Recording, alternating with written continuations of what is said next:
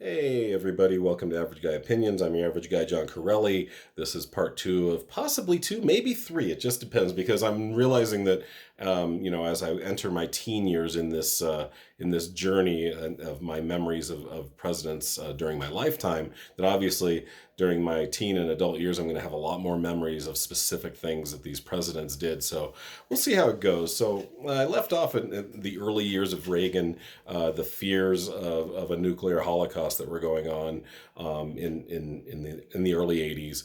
Reagan being shot in 1981. Reagan saying in, I believe, 1983 that he called the Soviet Union an evil empire. Other cultural hallmarks had happened around then. John Lennon was shot in December of 1980. I remember that very vividly.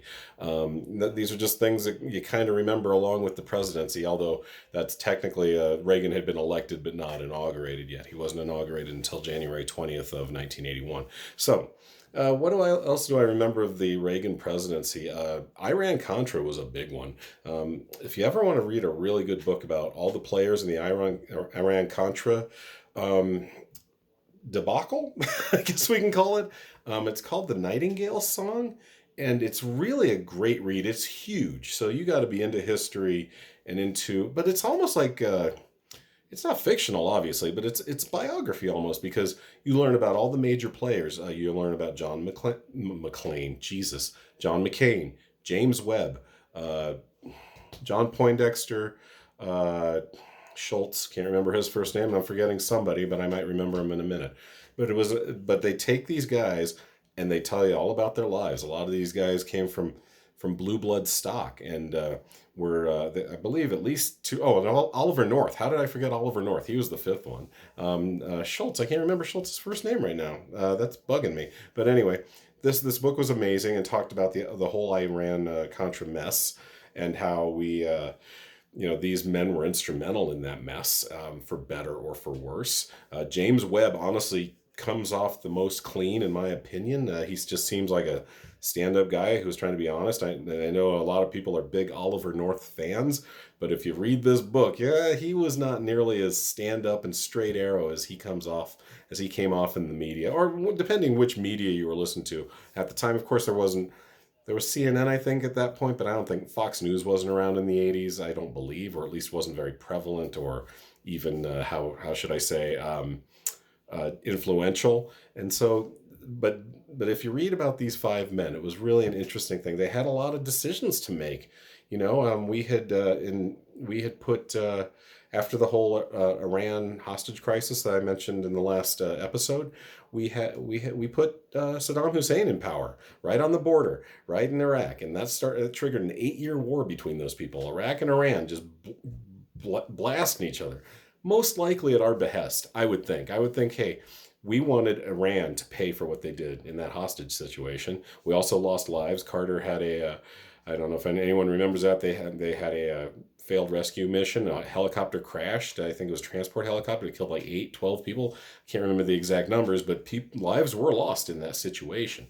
And then so we decided to put Saddam Hussein. We know how crazy he ended up being, and this is what happens when you put madmen dictators. You face them towards your enemy, but eventually they may come towards you, and that ended up happening in not too much longer, like about a decade later. He was doing horrible things to people in his own country in 1990, like gassing the Kurds, for example. Kurds that we had, by the way, told, hey, if you do an uprising in the summer of 1990, we'll back you up. We didn't back him up.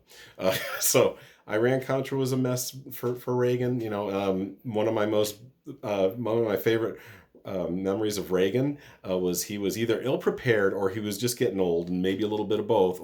And I don't think he wanted to answer questions about Iran-Contra.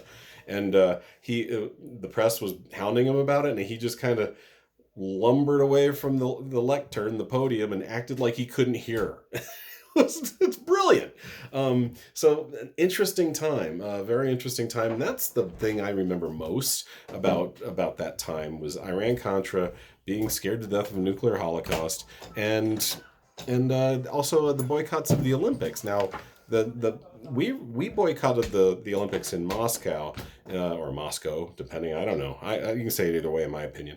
But they had the Olympics there, the Summer Olympics in 1980, and because of Afghanistan, Carter we boycotted that Olympics. And then the following Olympics was, of course, 1984 in Los Angeles. If you remember, Carl Lewis was amazing. We had FloJo. We had Jackie Joyner-Kersee. We had some amazing athletes and kicked butt in that Olympics, partially because our main rivals, the Russians, said, "Well, we're not coming to yours since you didn't come to ours."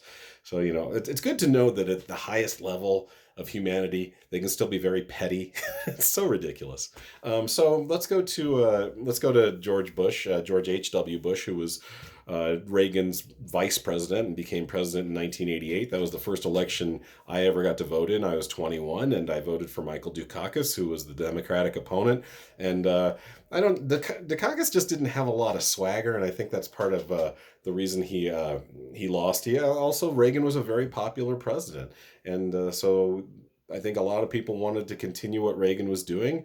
Economically, we were in pretty decent shape, and so we went to George H.W. Bush, and he had a very average presidency. I don't think he was horrible. In fact, I really thought he would get reelected, but we had a pretty young hot upstart, and our first baby boomer non born in the 20s or even earlier president, and not or at least running for, our first president born after 1940 was Bill Clinton.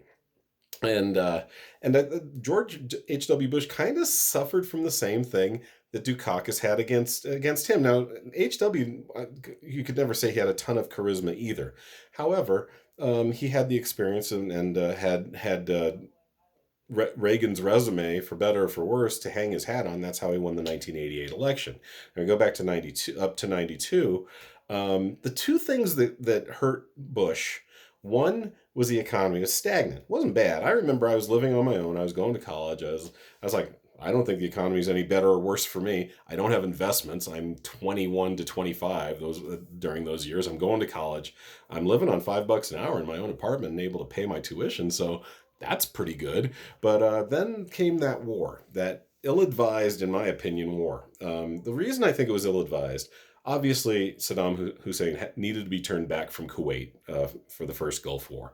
He needed to be stopped as basically a fascist dictator with kind of like a Middle Eastern Hitler, not quite as our Hitler of the Middle East, not as bad obviously as Hitler, but he was gassing the Kurds, and the Kurds are probably seen as lower life forms, just like the Jews were in 1930s Germany. So you could maybe make that correlation. And he also had expansionist claims, kind of like Hitler did. Like he claimed the Sudetenland and Alsace-Lorraine and other places that had been divided up, that were no longer German after World War I. And so, please start wobbling, but Hitler made those claims, and so did Saddam Hussein about Kuwait. Kuwait was a carved-out country. Actually, the whole Middle East is carved out. You see the straight lines. Those straight lines go through desert. They don't have a ton of meaning to those people, even to this day. Well, I mean, they do like in geopolitical terms, but it's sand. It's white people drew maps through the sand, said, okay, this is Saudi Arabia, and this is Iraq, and this is Iran. Look at a map sometimes. Jordan, Syria, straight lines through a lot of those places. Just they said, okay, you guys get this half of the sand, and you guys get this half of the sand.